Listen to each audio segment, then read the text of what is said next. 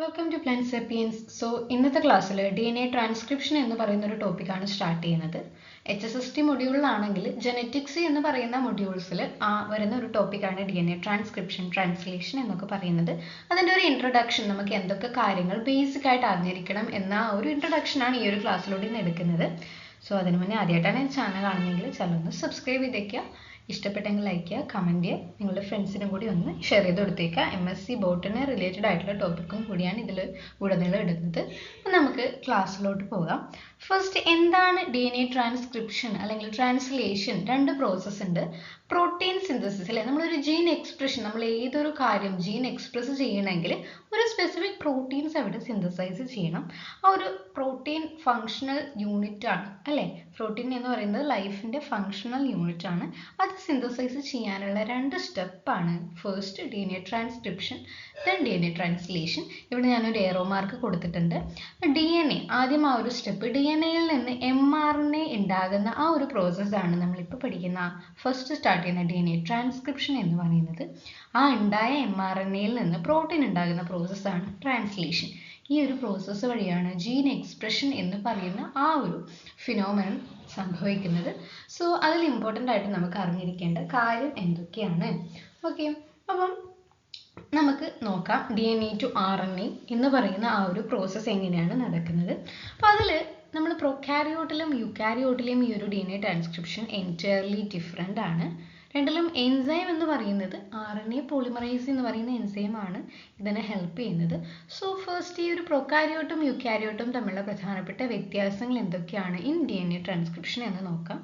നമുക്കറിയാം പ്രൊകാരിയോട്ട് സിമ്പിളാണ്. പ്രൊകാരിയോട്ടിൽ അവയുടെ ജനറ്റിക് മെറ്റീരിയൽസ് എവിടെ അറേഞ്ച് ചെയ്തിട്ടുള്ളത്?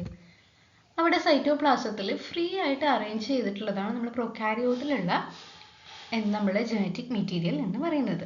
പക്ഷെ നേരെ ഓപ്പോസിറ്റ് യൂക്കാരിയോട്ടിലാണെങ്കിൽ അവ ഹൈലി സ്പെസിഫിക് ആയിട്ട് ന്യൂക്ലിയസ് അല്ലെങ്കിൽ മർമ്മത്തിൻ്റെ ഉള്ളിലാണ് അറേഞ്ച് ചെയ്തിട്ടുള്ളത്. കുറേ ഹിസ്റ്റോൺ, പ്രോട്ടീൻ, അങ്ങനെ കോഡിങ്, നല്ല പാക്കേജിംഗ് ഒക്കെ ആയിട്ടാണ് യൂക്കാരിയോട്ടിൽ അറേഞ്ച് ചെയ്തിട്ടുള്ളത്.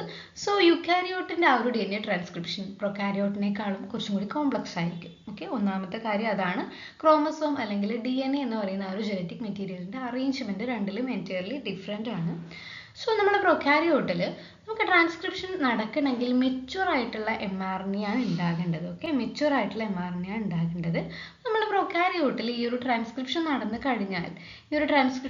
കഴിഞ്ഞാൽ ഇവിടെ ഒരു RNA ഉണ്ടാകുന്നുണ്ടെങ്കിൽ, mRNA ഉണ്ടാകുന്നുണ്ടെങ്കിൽ അത് മെച്യൂർ ആയിട്ടുള്ള mRNA ആയിരിക്കും ഇൻ പ്രൊകാരിയോട്ട്. പക്ഷേ യൂക്കാരിയോട്ടിൽ ഒരു RNA ഉണ്ടായിക്കഴിഞ്ഞാൽ അവ ഒരിക്കലും മെച്യൂർ അല്ല, ഇമ്മെച്യൂർ ആയിട്ടുള്ള ഒരു mRNA ആയിരിക്കും ഉണ്ടായിരിക്കുക. അതായത് യൂക്കാരിയോട്ടിലുള്ള RNAയിൽ രണ്ട് റീജിയൻസ് കാണുന്നുണ്ട്. കോഡിംഗ് റീജിയൻസും ഉണ്ട്, നോൺ കോഡിംഗ് റീജിയൻസും ഉണ്ട്. ഓക്കെ, കോഡിംഗ് റീജിയൻസിനെയാണ് എക്സോൺ എന്ന് പറയുന്നത്, നോൺ കോഡിംഗ് ആണ് ഇൻട്രോൺസ്. അതിൽ എക്സ്പ്രസ് ചെയ്യുന്ന റീജിയൻ നമുക്ക് കോഡിംഗ് ആയിട്ടുള്ള പാർട്സ് മാത്രമേ ആവശ്യമുള്ളൂ. ഓക്കെ, എക്സോൺസിന് നമുക്ക് ആവശ്യമുള്ളൂ, ഇൻട്രോൺസ് നമുക്ക് എടുത്ത് കളയണം. സോ അവിടെ എക്സ്ട്രാ ഒരു പ്രോസസ്സും കൂടി വരുന്നുണ്ട്. RNA സ്പ്ലൈസിങ് എന്ന് പറയുന്ന ഒരു പ്രോസസ്സ് അവിടെ വരുന്നുണ്ട്. ഓക്കെ, RNA സ്പ്ലൈസിങ് എന്ന് പറയുന്ന പ്രോസസ്സ് വഴിയാണ് ഇൻട്രോൺസ് നമ്മൾ കട്ട് ചെയ്ത് മാറ്റി ബാക്കിയുള്ള എക്സോൺസിനൊക്കെ പേസ്റ്റ് ചെയ്ത് ഒരു സിംഗിൾ യൂണിറ്റ് ആക്കി മാറ്റിയിട്ടാണ് മെച്യൂർ ആയിട്ടുള്ള mRNA ഉണ്ടാക്കുന്നത്.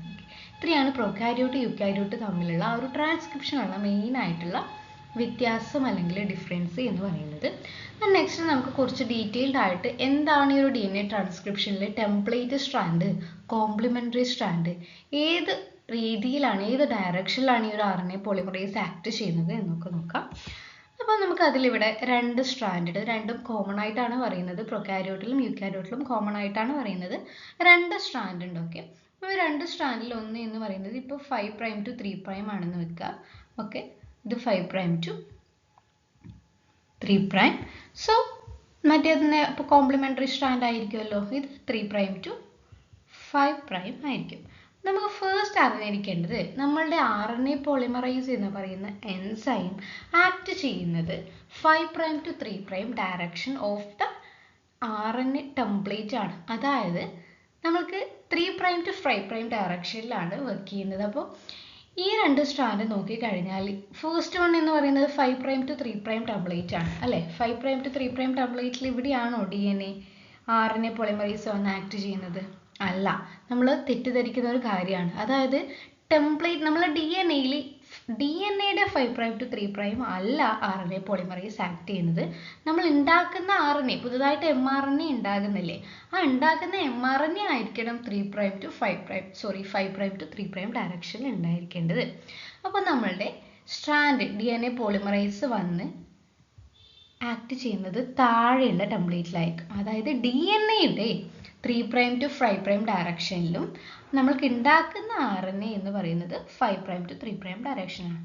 ഓക്കെ, ഉണ്ടാകുന്ന RNA ആയിരിക്കണം 5' to 3' ഡയറക്ഷൻ. അപ്പോൾ അതൊരിക്കലും മാറിപ്പോകരുത്.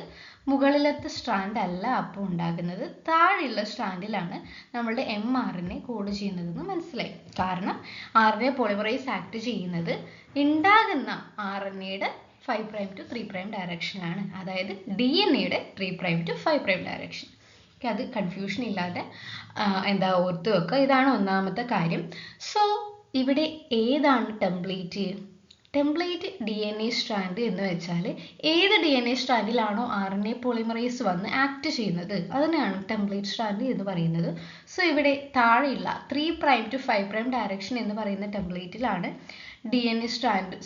RNA പോളിമറേസ് വന്ന് ആക്ട് ചെയ്യുന്നത്. ഓക്കെ, നമ്മൾ ടെംപ്ലേറ്റ് സ്ട്രാൻഡ് എന്ന് പറയുന്നത് താഴത്തതാണ്. 3' to 5' എൻഡ് ആയിട്ടുള്ള സ്ട്രാൻഡ് ആണ് template strand. So complementary strand എന്ന് പറയുന്നത് അതിന്റെ നേരെ ഓപ്പോസിറ്റ്, ഇതിന്റെ കോംപ്ലിമെന്ററി ആണല്ലോ ഇത് എന്ന് പറയുന്നത്. പക്ഷെ ഇതിന് നമ്മൾ കോംപ്ലിമെന്ററി സ്ട്രാൻഡ് എന്നല്ലാതെ വേറൊരു പേരും കൂടി പറയുന്നുണ്ട്, അതാണ് കോഡിംഗ് സ്ട്രാൻഡ്. ഓക്കെ, അപ്പോൾ എന്തുകൊണ്ടാണ് ഈ ഒരു പേര് കോഡിംഗ് എന്ന് പറയുന്ന പേര് കൊടുത്തേക്കുന്നത് എന്ന് വെച്ചാൽ നമുക്ക് കുറച്ചും കൂടി ഡീറ്റെയിൽ ആയിട്ടുള്ള എക്സാമ്പിൾ വെച്ച് പറഞ്ഞു കഴിഞ്ഞാൽ, മുകളിലത്തെ കോഡിംഗ് സ്ട്രാൻഡാണ് ഈ ഒരു നൈട്രജൻ ബേസസ് വെച്ചിട്ട് പറഞ്ഞിട്ടുള്ളത്. അതിൻ്റെ നേരെ ഓപ്പോസിറ്റ് ആയിട്ട് നമ്മൾ ടെംപ്ലേറ്റ് സ്ട്രാൻഡും ഉണ്ട് അല്ലേ, ATGC എന്നുള്ള ആ ഒരു രീതിയിൽ കോംപ്ലിമെൻ്റ് ആയിട്ട് നമ്മൾ കുറേ നൈട്രജൻ ബേസസ് കൊടുത്തു. നമ്മൾ ഈ ഒരു RNA പോളിമറൈസ് ഇവിടെ വന്ന് ആക്ട് ചെയ്ത് RNA ടെംപ്ലേറ്റ് mRNA ഉണ്ടാക്കുകയാണ്. അപ്പോൾ ഈ ഒരു റീജിയനിലാണല്ലോ, ഇവിടെയാണല്ലോ mRNA ഉണ്ടാക്കുക. അപ്പോൾ ഇവിടെ mRNA ഉണ്ടാക്കുമ്പോൾ ഇതിൻ്റെ കോംപ്ലിമെൻ്ററി, നമ്മൾക്ക് ഉണ്ടാക്കിയ ഈ ഒരു ടെംപ്ലേറ്റ് സ്ട്രാൻഡിൻ്റെ കോംപ്ലിമെൻ്ററി ആയിട്ടാണ് പുതിയ mRNA ഉണ്ടാകുന്നത്. ഓക്കെ, സോ ഇവിടെ T ആണെങ്കിൽ പുതിയ ഉണ്ടാകുന്ന mRNA എങ്ങനെയായിരിക്കും? ഇവിടെ T ആണെങ്കിൽ പുതിയത് A, ഇവിടെ A ആണെങ്കിൽ പുതിയത് T, അങ്ങനെ കോംപ്ലിമെൻ്ററി ആയിട്ട് നമ്മൾ എഴുതി നോക്കുക. സോ നമുക്ക് കിട്ടുന്ന mRNA എന്ന് പറയുന്നത് നമ്മൾ കോംപ്ലിമെൻ്ററി സ്ട്രാൻഡിൻ്റെ അതേ സ്ട്രക്ചർ ആയിരിക്കും, അതേ ഡയറക്ഷൻ, അതേ നൈട്രജൻ ബേസസ് ആയിരിക്കും. സോ അതുകൊണ്ടാണ് നമുക്ക് ഉണ്ടാകുന്ന ടെംപ്ലേറ്റ് സ്ട്രാൻഡിൽ നിന്ന് ഉണ്ടാകുന്ന mRNA നമ്മുടെ കോംപ്ലിമെൻ്ററി സ്ട്രാൻഡിന് കോംപ്ലിമെൻ്റ് ആയിരിക്കുമല്ലോ. അതുകൊണ്ടാണ് ഇവയെ കോഡിംഗ് സ്ട്രാൻഡ് എന്ന് വിളിക്കുന്നത്. ഓക്കെ, സോ ഇത്രയാണ് ഈ ഒരു DNA ട്രാൻസ്ക്രിപ്ഷൻ്റെ ഇൻട്രൊഡക്ഷൻ ആയിട്ട് പറയാനുള്ളത്. സോ ഇത് കംപ്ലീറ്റ് ആ ഒരു ഇതിൽ മനസ്സിലാക്കിയാൽ മാത്രമേ ഇനി വരുന്ന ഞാൻ അടുത്ത ക്ലാസ്സുകളിലായിട്ട് പ്രൊക്കാരിയോട്ടിലുള്ള ഇനീഷ്യേഷൻ, ഇലോഗേഷൻ, ടെർമിനേഷൻ, ദെൻ യൂക്കാരിയോട്ട് ആ ഒരു സ്റ്റേജിൽ എല്ലാ വീഡിയോസും ഇടുന്നതായിരിക്കും. സോ അത്രയേ ഉള്ളൂ. Thank you.